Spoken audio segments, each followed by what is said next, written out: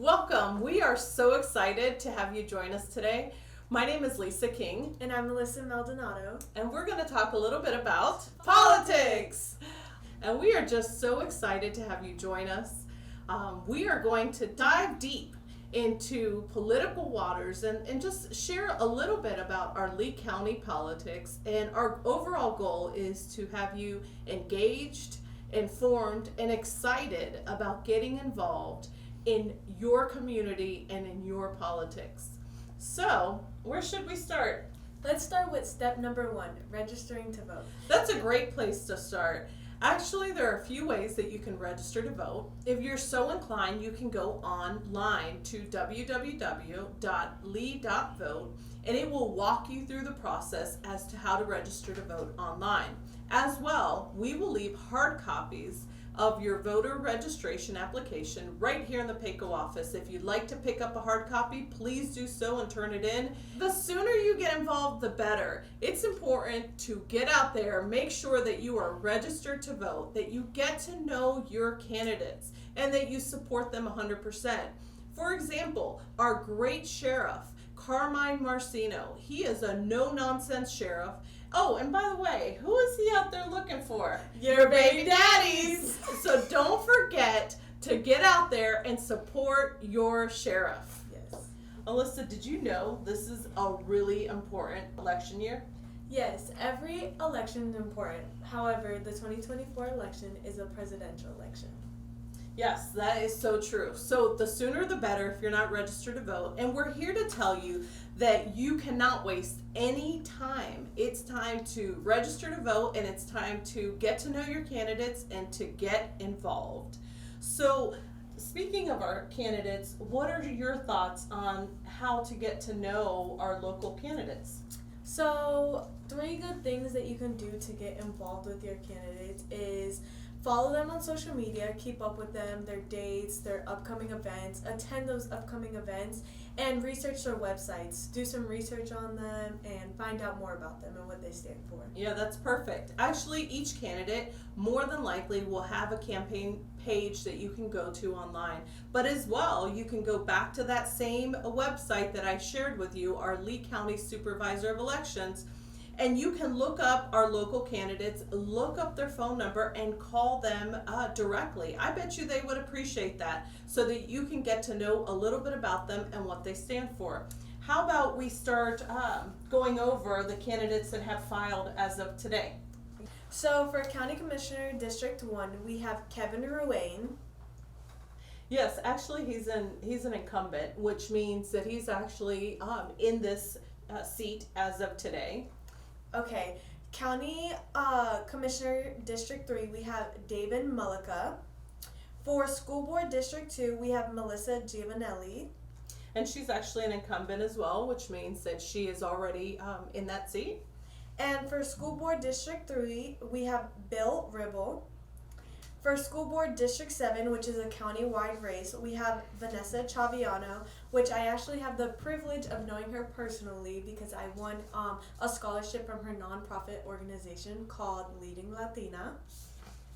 Yes. Oh, should I continue? Yes. Okay, so also for School Board at Large, county-wide seat, as Alyssa mentioned, which means that anyone in the county can vote for these individuals. We also have Joshua Melendez and we have Monica Schmucker. And then for superintendent of schools, which is actually the first time that we get to vote for this, the voters in our last election decided that this should be an elected position. So we have Denise Carlin that's running for superintendent of schools and Morgan Wright. And then we have our sheriff, our law and order sheriff, Carmine Marcino, of course an incumbent, and we are just so grateful for everything that he does for our county. And last but not least, we have tax collector Noelle Branning. She's also an incumbent, currently in the seat, and she is running unopposed. We thank her for her service. And so later this year, these candidates will qualify for office from June 10th to June 14th. They'll make sure in order to be on the ballot, they must qualify. And when they do that in June, that will ensure that they are actually on the ballot. So, Alyssa, you talked a few ways on how to get to know these candidates. There's also clubs around town that you can attend, and you can actually get to know these candidates one-on-one. Another thing that I would encourage you to do is, once again, you go to www.lee.vote, and you can look up each of these candidates, find their personal phone numbers, and give them a call. I bet they would really appreciate that, and you can get to know what they stand for and what they believe. And the next step is, when you find someone that you are aligned with, that you share values with, get behind them 100%, get involved, and start supporting them.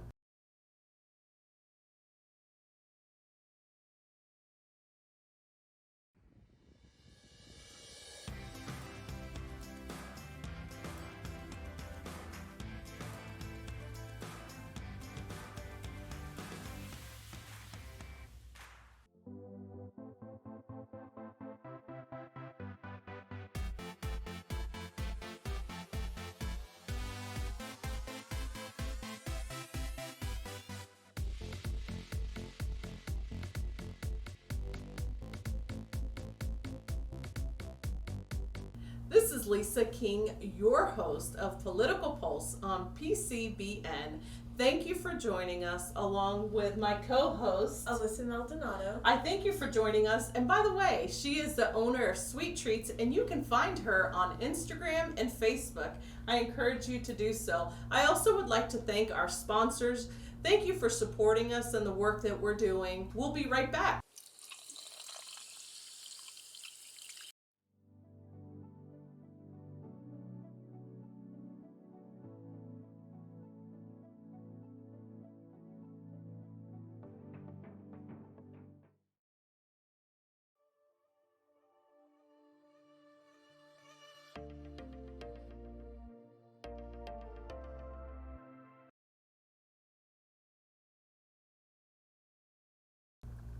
Question.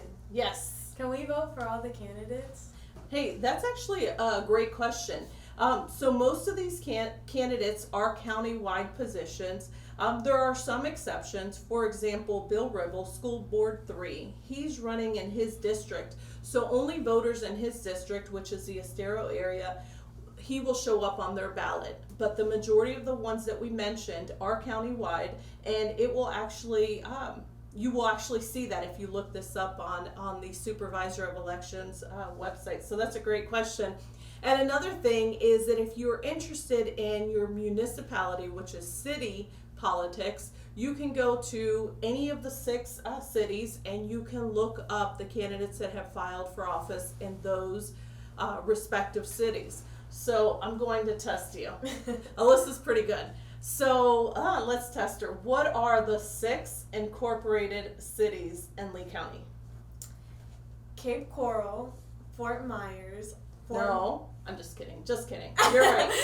Fort Myers Beach, Sanibel, Estero, and Bonita. Very good. You scared me for a second.